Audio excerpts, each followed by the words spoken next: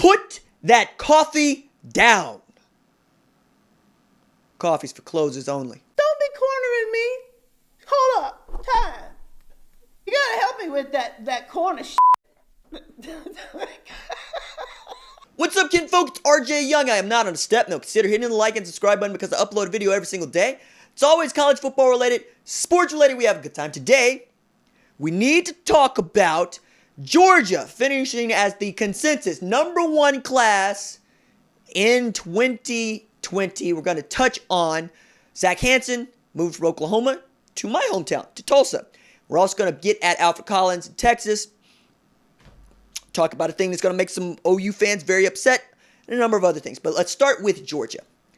Kirby Smart held a signing day press conference, one of just, I want to say just a third of the major college football programs in the country chose to do that this year, as many hold a signing day conference during the early signing period, National Signing Day. You mostly know what your class is going to be like. You still got some holdouts. We had a number of players still in the market over there that made some moves. So like Eli Drinkwitz picked up a guy that was thought to be going to Alabama. Cristobal picked up another defensive lineman thought to be going to Alabama. And yes, McKinley Jackson ends up picking Texas A&M over Alabama. Not necessarily a bloodbath by any means if you're an Alabama fan, but certainly doesn't hurt you none if you are a Georgia fan or in the SEC at all. Georgia, on the other hand, managed to not only put together a #1 class, but to do it without Zack Evans in it. And I thought it was interesting what Kirby Smart had to say about putting together that class. And there's a quote that I want to read to you that he gave at his signing press. He's going to tell us a lot about, well, among other things, how he might feel about Zack Evans and who's responsible for this class, right? Because his whole thing has been, look, have the guys on your team that want to be there, which I think is what most coaches would say. Problem is, if you're good, you can be Georgia and you can pick and choose for the most part, right? 5 stars to 5 stars. But you get to pick and choose. You can have 3 stars and then it fits your culture and round you out.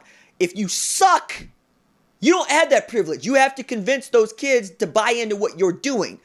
They don't get to show up there already bought in. You're not going to win a whole lot of football games that way if we have more talent than you do. Like, say, I don't know, my alma mater, which is Tulsa, which has become my favorite whipping squad of late for a number of reasons that have to do with the Tulsa Metro and how heavily, or not heavily to the point, they're recruiting it. Savion Morrison is going to Nebraska, but, people don't want to keep hearing me talk about that now, do they?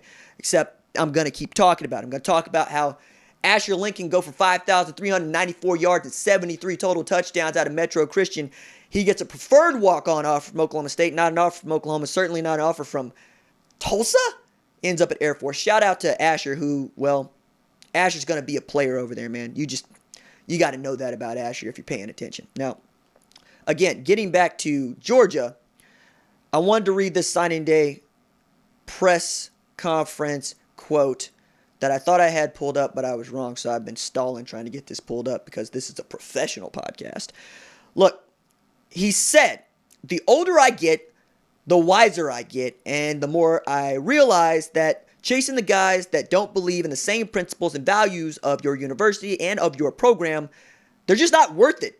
Take the guys that want to be there. Play with the guys that want to be there. #1, you'll enjoy your job day to day. Your staff will enjoy it more, and so will your other players. That's a sentiment that I think a lot of head coaches share, and one that Kirby Smart has been able to foist out into public because he's got the #1 recruiting class in the country for the second time in 3 years. It ain't a fluke what Kirby Smart has been able to do, but he also made note of the Notre Dame atmosphere. I was at that game at Sanford Stadium on behalf of the Paycom Jim Thorpe Award, where we were scouting, among others, J.R. Reed, who ended up being a finalist for us.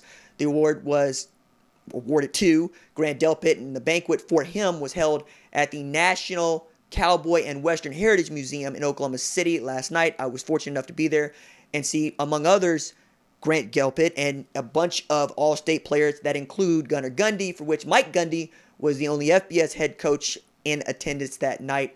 Really big deal for us as a state. Big deal for Grant and LSU, who sent, well, not a head coach to give his presentation and introduction.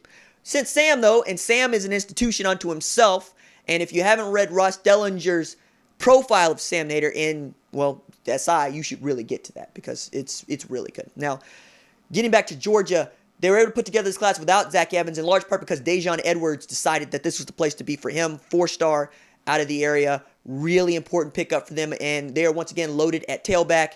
And they will have Jamie Newman. They have Todd Monken. They still have an open on-the-field coaching position as James Coley decided not to take the demotion and went to coach tight ends at Texas A&M. Right? So we all know that that's how Georgia gets to roll, but it doesn't much matter for them if they can't go and win the SEC championship. They happen to run into an absolute juggernaut, a monster, the best college football team of all time in the LSU Tigers. Now, if we take a look at the rest of the 247 composite, we'll get to, well, Texas vaulted to number 9. How does Texas vault to number 9? They pick up 6'5", 284-pound Alfred Collins. Alfred Collins was a 5-star in the top 247 and 4-star in the 247 composite. He's a huge pickup for Texas. Thought he was going to be a Baylor lane for a second. Thought OU was going to have an opportunity to get him. But as time wore on, you can read the writing on the writing on the wall, the tea leaves, whatever it was. That dude was going to pick Texas, and he did. Didn't matter that Oklahoma picked up the signer of Josh Eaton because he was committed as it was to go along with Reggie Grimes. Oklahoma finishes with the number 11 class in the country as Tennessee vaulted into that 10th spot and made a late surge. And it's going to be the first time that Oklahoma hasn't finished inside the top 10 of the 247 team rankings since 2016, right? And that was the number 19 ranked class. And really the last time that we saw Bob Stoops Bob Stoops just didn't care to recruit after that. I'm going to put that there because Lincoln comes in and all of a sudden you can recruit. In that 2017 class, as I talked about in the 5 o'clock upload with Levi Draper, doesn't know what it means not to win a Big 12 championship. It's not that this 2020 class isn't solid. It's plenty solid, right? With a number of good defensive backs, including Josh Eaton, who's going to play some corner, 4-star. Guy that Texas wanted, guy that was committed to Texas, guy that I thought Oklahoma didn't have a shot to get, ends up going over there. Now, I know that the rankings don't mean a whole lot to a lot of people because development is key and development is important, but the rankings do give us a good predictor of future success. And to finish in the top 5 is to say that you have an opportunity to win a college football playoff national championship. Oklahoma finished number 6 in the 2019 recruiting rankings, and that class is very much going to take over in 2020, and then 2021 is the year for which we expect Oklahoma to compete in earnest once again for a shot at the national championship. I think they could get back to the playoff. I'm not so certain that they could really win the national championship based on what I have seen the last 3 years, which is to make the playoff and then get destroyed by Alabama, Georgia, LSU, by an SEC team, right? Just get utterly embarrassed. First you go up 17, and in the third quarter, Lincoln Riley squib kicks it. You lose that game to Georgia. Then you get embarrassed in the first quarter against Alabama going down 28-0. Lincoln Riley has his come to Jesus meeting at the end of the first quarter, but it doesn't matter because Alabama's so far out in front. And then it was not even, it was close for a second. It was close for like some of the first quarter, like 14-7 looking to be 14-14. All of a sudden you look at the halftime, it's 49-14. It's over. It is, I don't know that this team can go and win a national championship. They would have to be overdeveloped. The staff could do it. I'm not prepared to say that they can, man. I'm just not. All right. Now, when we go and talk about what it is that has transpired with OU as it relates to coaching, Zach Hansen, senior offensive analyst at OU, is now the offensive line coach at my undergraduate alma mater. I got my master's from OU, Tulsa. Right? He is going to take over for Mike Blesh, who took the North Texas offensive coordinator job last month. He is a more than capable recruiter. He has experience coaching at the FBS level. He was at Kansas State for a while, where that's his alma mater. He was also at North Carolina when Larry Fedora had him humming at that 2015 season where they go 11-1. He was a grad assistant there. I like the hire. I think Zach is a more than capable recruiter, and I appreciated this quote from Philip Montgomery about him saying, last year Zach was on Oklahoma staff as an analyst and talking with Lincoln Riley.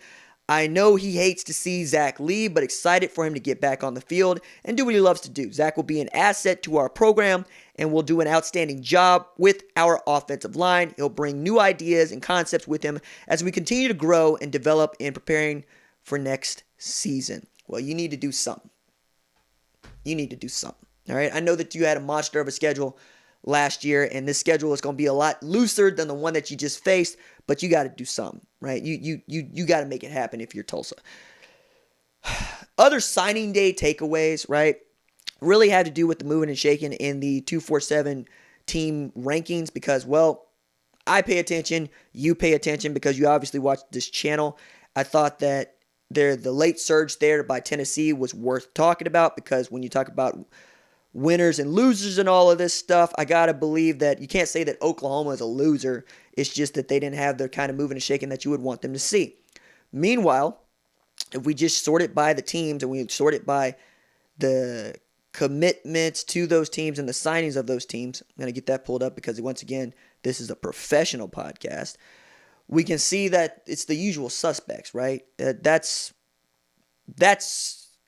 not news, I guess is the point. It would be news if we saw one of these teams was not ranked highly. So going through 1 through, let's go 25. Georgia at number 1, Alabama at number 2.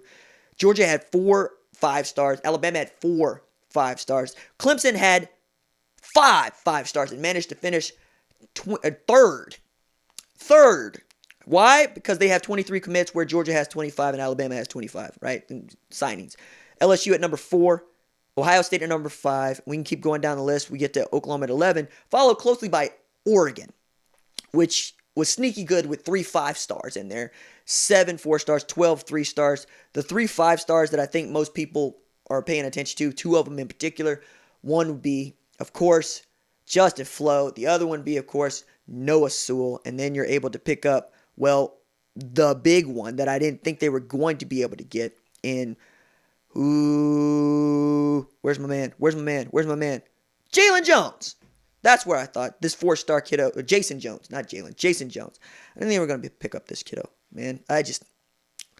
The more you look at what Mario Cristobal has been able to do by trying to just build an SEC team out in Pac-12, and then you're pulling a kid like 6'7", 340-pound Jason Jones out of Calera, Alabama, when you thought that dude was just going to go to Alabama.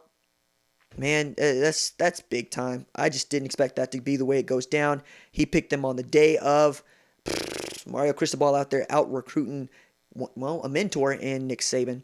Michigan finishes at 14, and Penn State finishes at 15. But the thing to take into account about the rankings, one, shout out to Florida State who closed strong. Mike Norvell is going to be a monster out there. Is you have to take it and be relative. Okay? For example, Kentucky finishes at 24. Number 24 in the 247 Sports team rankings for the 2020 class. That's a big deal. To some, it's not really that big a deal. Why? Because if you look at where Kentucky ranks nationally, you see 24, and that's great. You look at where they rank inside the SEC at 9, and you begin to understand why Kentucky is Kentucky. Okay? You can recruit off the coattails. That is the rest of the SEC. Nobody expects Kentucky to compete for the SEC East Division.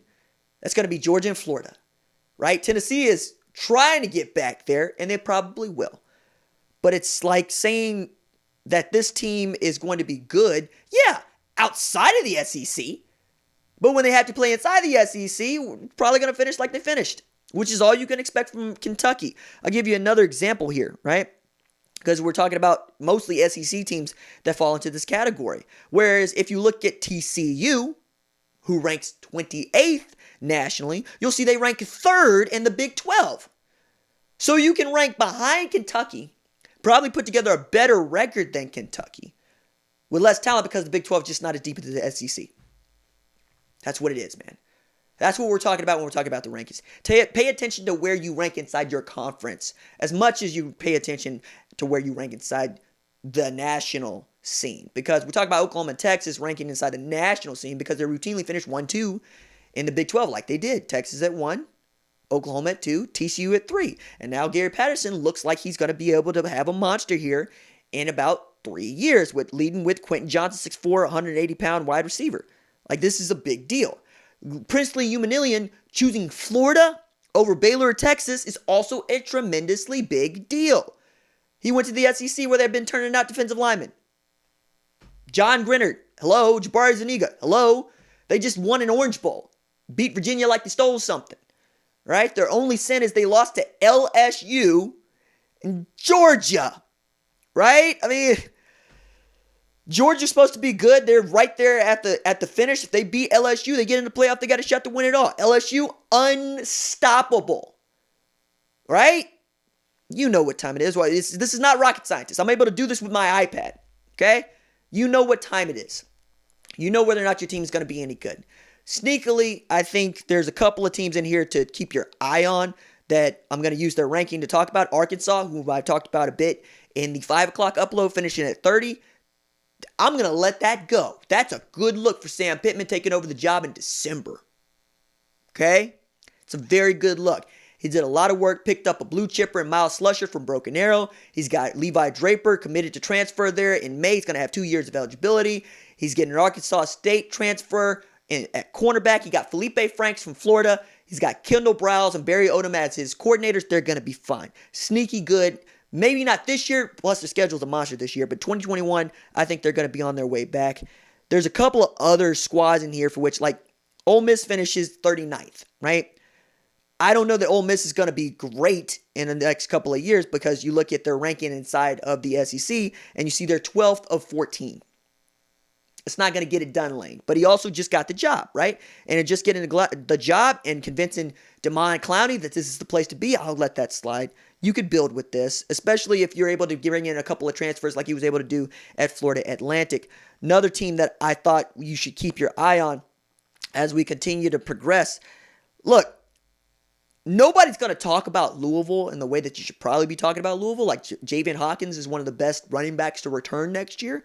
But seeing that they finished 42nd is also to see they finished 7th in the ACC in the recruiting ranks. When you remember that there's the 14 teams in that league, I'm going to let that go in year 2 for Scott Satterfield. It's a good look, all right? And there's still guys out there for which we don't really have an idea. And by guys, I really mean one. I mean Zack Evans, who went on IG Live today to be a child again. A blue chip recruit, a 5-star recruit, a 5-star tailback is going to end up at a blue blood program. He's not going to end up at Fresno State or New Mexico or what have you. He's going to end up probably at Texas A&M or Tennessee. He's going to go through visits in March.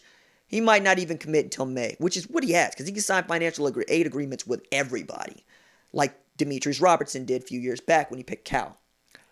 What he's going to have to really get right is himself. I want to see Zack Evans play college football because he's a dynamic talent. I also want to see Zack Evans grow up. And I'm not really fond of being the guy saying kids got to grow up. I'm not fond of being the guy that is raining on people's parades. I am not a free spirit. I have my own swag. I have my own individual nature. I wear a Biggie Smalls hoodie and I have locks and I wear loud red glasses and I have a beard. But I like to think that I conduct myself with a level of dignity, integrity, and professionalism that extends itself to have people trust me. And for them to know that I know that they're there. And that you cannot just go off and do whatever it is you think you should be doing. I want to see the kid play football. I want to see the kid, for lack of a better phrase, get his act together. Hate that phrase, but I used it. I want to see him be worthwhile.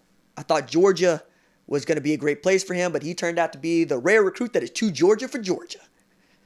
So Florida, maybe you'll pick him up. Tennessee, maybe you'll pick him up. A&M, maybe you'll pick him up.